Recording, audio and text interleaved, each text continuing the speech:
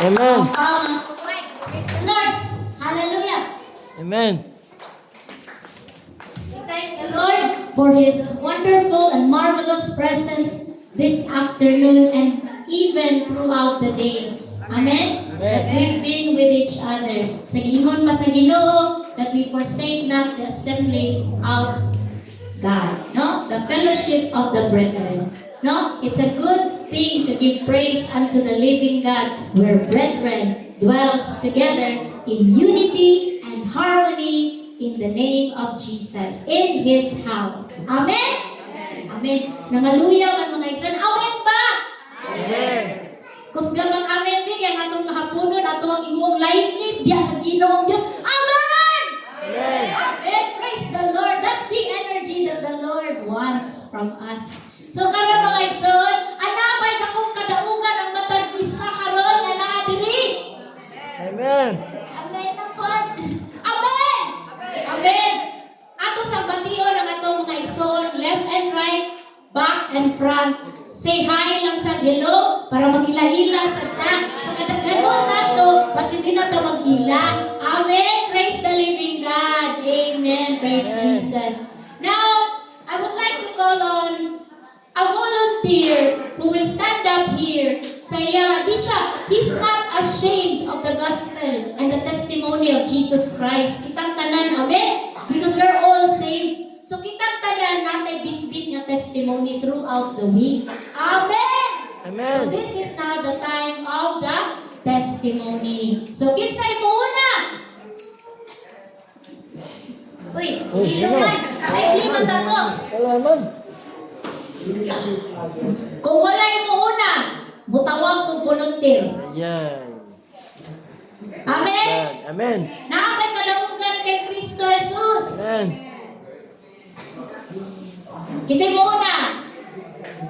Ate Marisa. Praise Jesus. Atong papangan ang buhay nga Diyos. Amen. Thank you Lord sa grasya o sa pagay mo sa amo kay Jesus Christ sa amo nga. With kanang study, Bible study in mga sa Fernando ko. And thank you God yang kanang na-praise kami sa mga bata kay ka-cute and ga-answer na ga-operate sila sa amon o God, Jesus Christ. Thank you, Lord God. Nagyabayan mo kami. Thank you, O God, sa mga grasya, sa ginhatag mo sa amon, O God, Jesus Christ. Glorify your name. Amen and amen. Amen. Praise the living God. Ako din emphasize, no, mga igsoon, we're not only assembling here in the church, we also do have outreach activities such as ato ang bago karon nga na-open sa San Fernando. Wherein ang ato ang team nangadto dito sa San Fernando led by Ate Ann ug ang iyang pamilya ug na sila mga gipag atiman ng mga kabatanunan o mga kalag dito. And praise the living God for those who sponsored for that activity. Ate Ann, next time siguro nindot na pictures para makita sa kadaghanan at sa atong ipambuhat dito. Amen! Praise the living God! Praise the living God sa team nga nagapugas para sa buluhaton sa Ginoo. Amen! Kinsa pa next nga mo volunteer? Hallelujah! Kung wala lagi mo tawa, wala mo angay dire na ako yung volunteer. Amen! Mamaya dapat doon ka mabig. Akong tawagon. Next. Testimony. Amen? Ako. Oh, praise the Lord! Hallelujah! Atong pagpakan si Kuya Bert. Hallelujah! Praise God! Hallelujah! Good afternoon, sister and brothers. Karoon lang ako ng testimony nga naman. About myself, yesterday, nakaramdam ako ng truth about the truth, si Pumba. Pero, nag-pray na lang ako kay Lord na, Lord, ayuhay ako. Then, after the pray ko, naglagay ako ng anointing oil ni Bishop. Yan ang pinaka-the best natin, the Holy Anointing Spirit to the Lord. Kailangan Basta mayroon kayong nararamdaman, i-applas ninyo lang ang anointing oil. Si Lord, the most powerful, the most righteousness and faithfulness atong kinabuhi, Lord. So, the time noon, nag-adto kami every Wednesday, meron kaming activity about the Bible study na with my wife and other congregation sa Ayala, 6th floor. Ang Wednesday, maybe 2 o'clock or 4 o'clock. And then, the time na yun, nag-sit down ako sa table, nag-sit up ako diha, nag-pray ako. Praise God. Meron tayong isang the bad spirit na atong mga congregation na backslide ba. Then nakita ko, kalit na lang siya, naabot doon sa akong table, nagulat ako, ano man? Ano man ang tuyo mo? Ang iba niya, Kuya, kung ano lang mga sinasabi, hindi ko na lang kanin. Si Lord na nakakaalam noon. Lord, pagtawarin mo to sa akong mga congregation dito sa church. Kung nawala na sila, ipag-pray mo na lang, Lord. Ipag-pray ko na lang, Lord. Pinag-pray ko siya about to and then nagsasalita pa siya. Abinin mo, sister, ang guide ko lang sa imo, mag-pray ka, mag-repent kay Lord, and especially sa iyong mga family, siguro hindi ka pa pinagtawanan ng Panginoon dahil na sa iyong mga problema. Mag-pray ka. Kung hindi ka mag-pray, si Lord na lang ang makakuha sa imo. Yan ang nakakuha ko sa akong mga pag-activity namin daw sa 6th floor. And then, dali-dali na lang siya umalis. Nga naman, sabihan ko naman, mag-repent ka, sister. Repent and pray.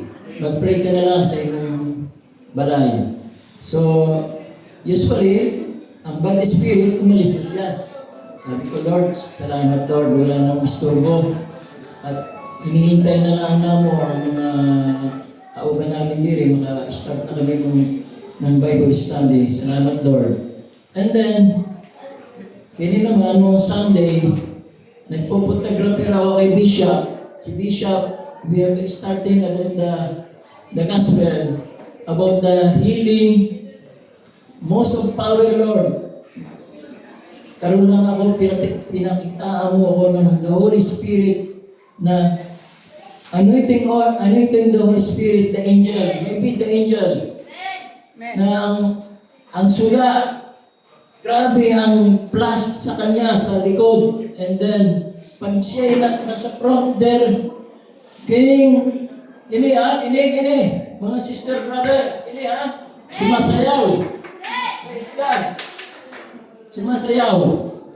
Yan ang pinakita sa ako na talagang may anointing diri sa ato. The angel of the Lord will most powerful sa atong the Holy Spirit, sa atong fellowship sa ang Sunday. Salamat Lord na pinakita ako ng blessing, more power, and holy, the honor, and forever. Amen. Amen. Praise the living God. Hallelujah. Any more testimonies? I believe na naku kaya itong katabukan throughout the week. And I believe that the Lord Jesus Christ will pour out His Spirit in all flesh. That means to all of us. So dili ko mo to mga igsoon katro katapusan mga adlaw wa tay bitbit nga mga kadaugan kay Kristo. Kaya Ginoo karon grabe na ang iyang pag-reveal sa iyang mga anak. Mga anak ta niya. So we do have our own testimonies to share. Amen? To encourage one another. Next, may I call on Sister Annalyn. Praise God! Hallelujah! Pakpakan sa lahat ng Diyos! Hallelujah!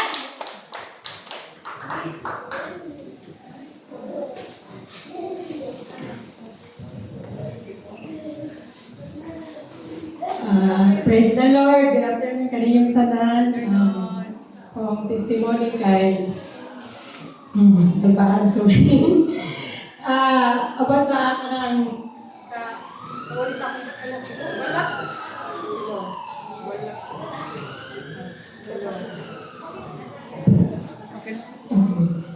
katong naakumbana ba kay nagkuan ko kanang sige ko pray ni Lord ngayon ko God unta i-surprise ko sa akong anak ba kay 2 years na nga wala mi nakita so yung ko unsa kaya mo i-surprise ka ako kay yung sa akong bana siya lang uli then ingon ko maglipyo ka ako sa yang kwarto kay pasida i-surprise ko kay before i-surprise ko nila atong pandemic ba then ingon ko ay ingon akong bana wala kwarta so sige lang na kaya pa ako sa airport yung Lord ko tayo surprise ko ano nakita akong anak sige na Lord pag na akong airport na akong anak wala kailangan siya hindi ay so grabe na akong kuhan kalipay salamat sa Ginoo nakita na akong anak for 2 years and then akong anak ko din si Gerald grabe ko niya kalipay ba nga complete me din katong kuhan ko nag-pray ko ni Lord nga in ko Lord ganahan ko karong year na December o January complete na po mi sa akong family kay last year doon alam sa akong anak ni Jero so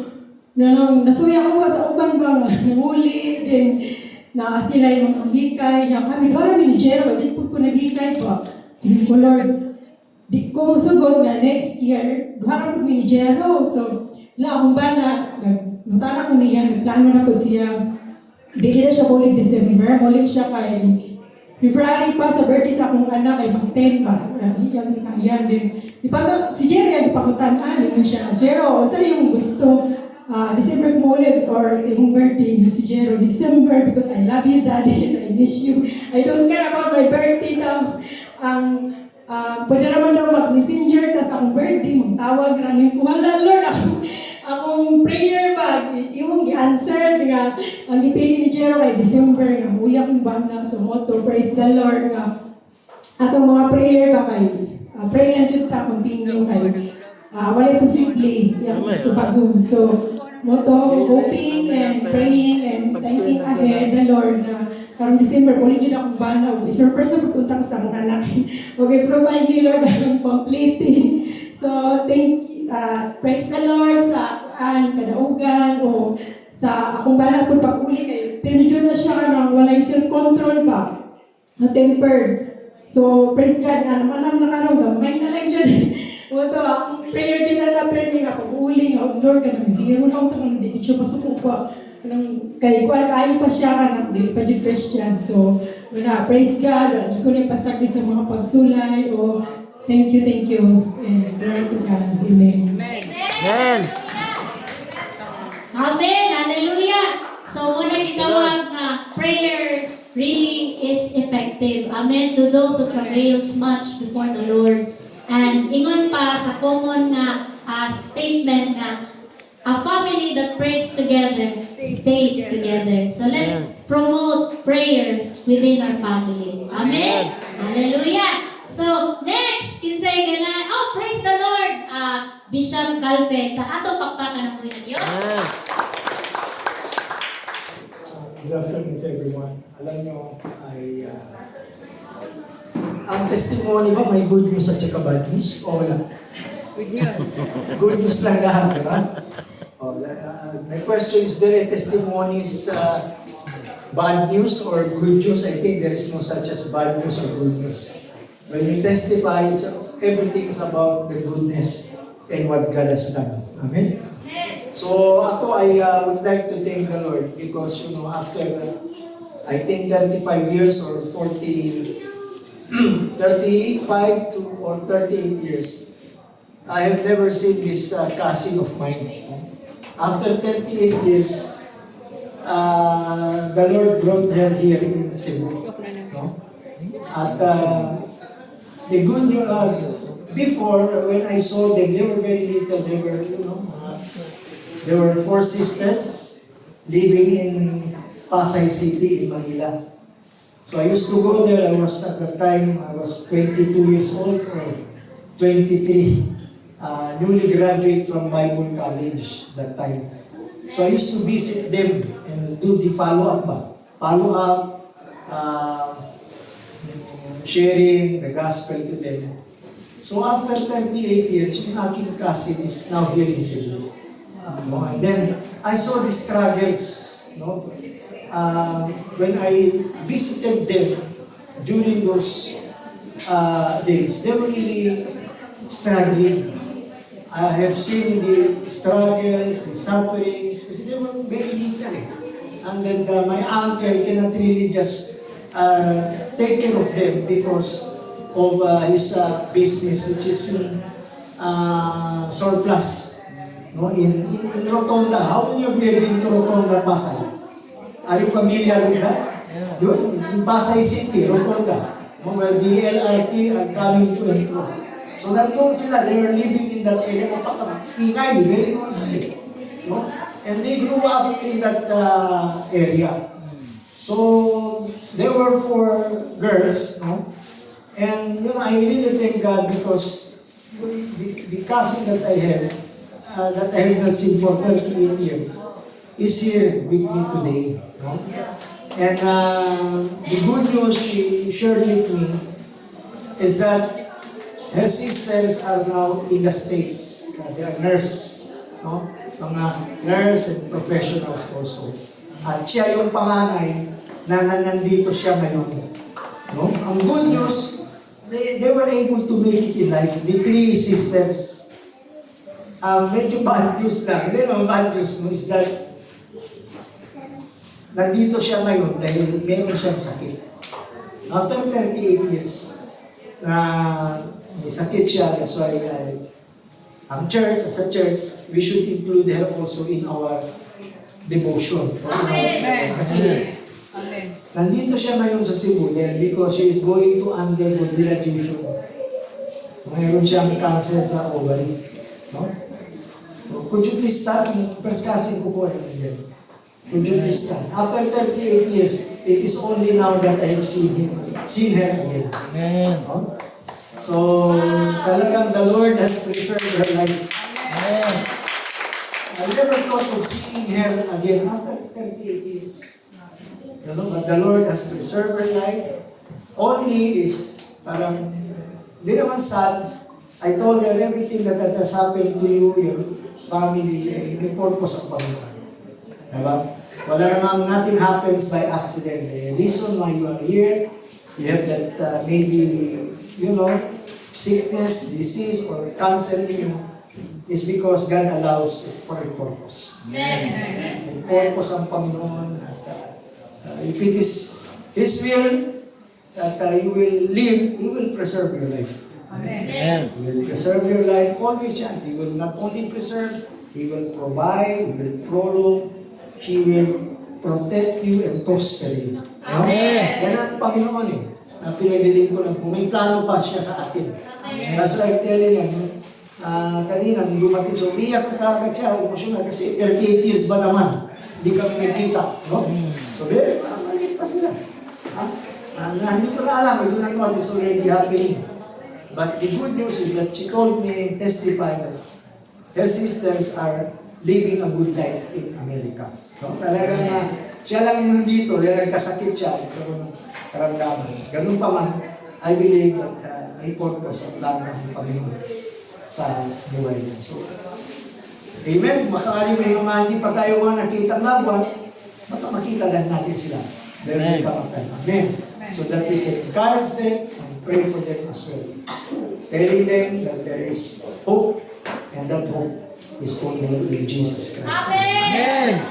Gandang araw po sa inyo lahat. Praise God! Hallelujah! What a wonderful testimony. You know, the miracles of God, it will bring us back together. Amen?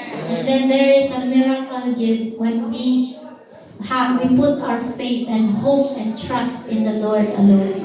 Amen. So, mga igsoon, na-touch din ko sa mga testimonies sa Matang Isa and sa Bishop Calpe, no? There was a reunion that really happened, no, in the family. And next testimony part, I would say from our friendship with the other ministry, I believe that they have they have labored for the Lord so much. May I call on Pastora May to give us a little encouragement, short encouragement as to their ministry, no? Hallelujah. And unsa pa ang mga kadaugan sa Ginoo sa iyang kinabuhi. Sister May. Thank you, Lord. We just want to glorify God for everything that has been done these 2 weeks ba? Mga 2 weeks, July 11, 12, and then 15, 16. It's a major activity here in the Visayas region because we held the DVBS and the youth conference simultaneously with the adult. Nung sinabi ni Sister na mag-share ako, I'm just reviewing kung ano yung mga ginawa ni Lord. So una namin pinuntahan, we have an outreach in Barili. So every other, in 1 month we are going there twice a month we are going there because of the distance. It's like we are traveling 4 hours. It's like from Manila to Baguio, parang ganon, pag andun kayo sa Luzon. So we have this 2 times a month there. And then we had this mission. We came here with the team, with Pastor Tunde. We also want to thank you. Naging evangelist itong projector ninyo. Really, we are a wonderful divine partnership with the Lord in the mission. So, nung nire-review ko kanina, ang kinikater lang po namin siguro maximum of 150 children. Pero dahil very crowded daw sa Barili, the night before going there, nag-text itong kapatiran natin, sabi niya, is it possible kahit 200 na bata? Yung time na yun, when I received that chat, I lost my appetite in eating my dinner. Yung stress na punta dito, sabi ko, saan tayo magkukuha ng materials with that 200 packs for the children. But the Lord indeed provided everything, kahit instant. So in Barili, we had 225 children, 87 youth, and the adults. So ang dami-dami. One of our challenges is that your dialect in our dialect, dahil mga Igorota man kami, Tagaluzon kami, we are from Baguio, but we thank the Lord because we are all Filipinos, we use Tagalog and English. And the people there, ang naging denominator namin doon, instead of parang ang dami, parang ganun. The Lord God set our hearts as a mass evangelism, a mass salvation to our children, the young ones, and the adults. So to God be the glory. And tapos nung Monday, Tuesday, we went to Macaas, Bohol. Another attendance like that. So it's 200. Sabi ko sa aming admin, no need to purchase kung anong meron natira sa Barili, yun na lang, because we put the money a lot, we purchase a lot in Barili. But we thank the Lord, sobra-sobra pa yung mga packs natin. So we give to the community yung mga sobra natin. So the Lord indeed our provider, hindi lang sa ating the Word of God, but it's really our desire that we are not just preachers, but we are also kings to the community. So thank you, Lord. We thank you for, especially to our Pastor Tunde. This is our second home. I always tell it to our team that we always go back here refreshed because of you, because of this fellowship. So to God be all the glory. Salamat sa pag-accept nyo sa amin as brothers and sisters, because if we don't have a home like this, siguro uwi na lang kami. Because it's too hard to sacrifice everything just for the people. But we thank the Lord as we said yes to the call of God in Visayas. He also lavished us with His love. So by August 26, we will be 1 year staying here as full-time. And David Bryan will become Bisaya. Pag nag-asawa yun na yan, tatanungin saan yung mga ninuno namin. You are the ninuno of our son, di ba? To God be all the glory. It's all about Jesus and us. We thank you for being our family here. Yun, na-appreciate ko, especially to our dad, our Pastor Tunde, and to all of you. Amen.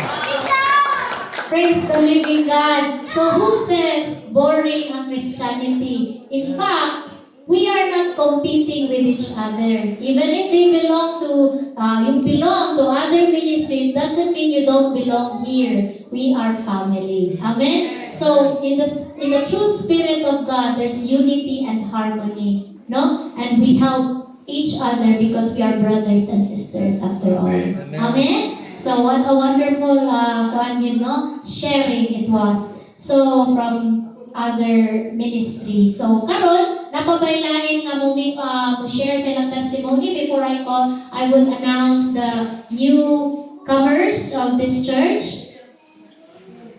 Going once, going twice, going thrice. Grabe na sad. Wala na. Praise the living God. Sa pagpakan ng Ginoo. Amen. Amen. Hallelujah. Sa dito magpaluya-luya next song, kinapatay 2 hours na preaching. Amen. Hallelujah.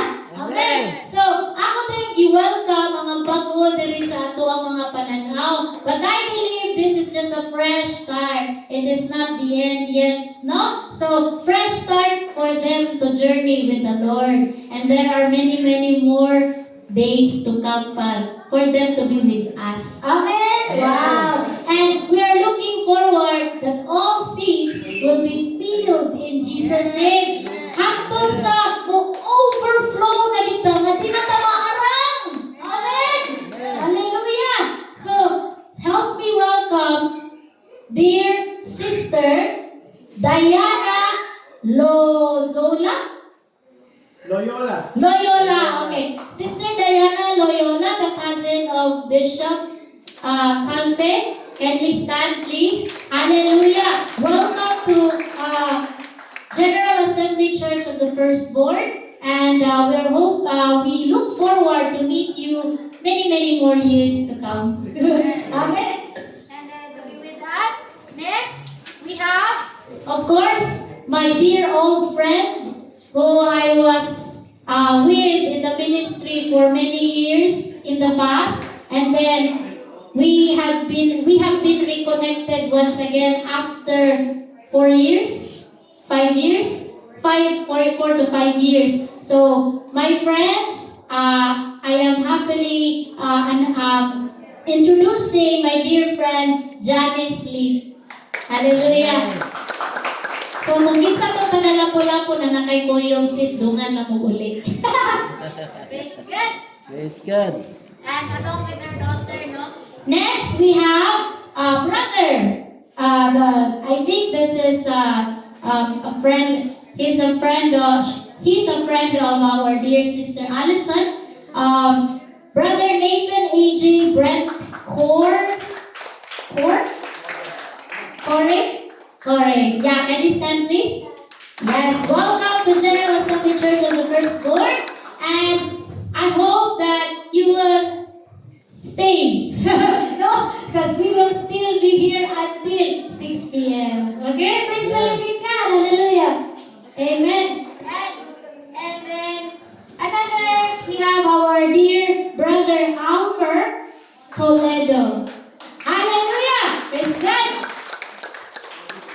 Amen. And who else? Wala na mention. Okay, wala na. So, brothers and sisters, all of us, again, it's so good to be in the house of God this Sunday. And if you are, craving for something or gusto mo sip a hot coffee, our food is just right there. Pwede ra gyud mo ato dito para makuha while listening to the Word of God. And right now, at this point, we are now moving on to the main part of this service. And we will be listening to the Word of God and what the Lord will speak to His church, His people. Amen? And so, help me welcome our dear Pastor Bishop Tonde Greatness to deliver the Word for us.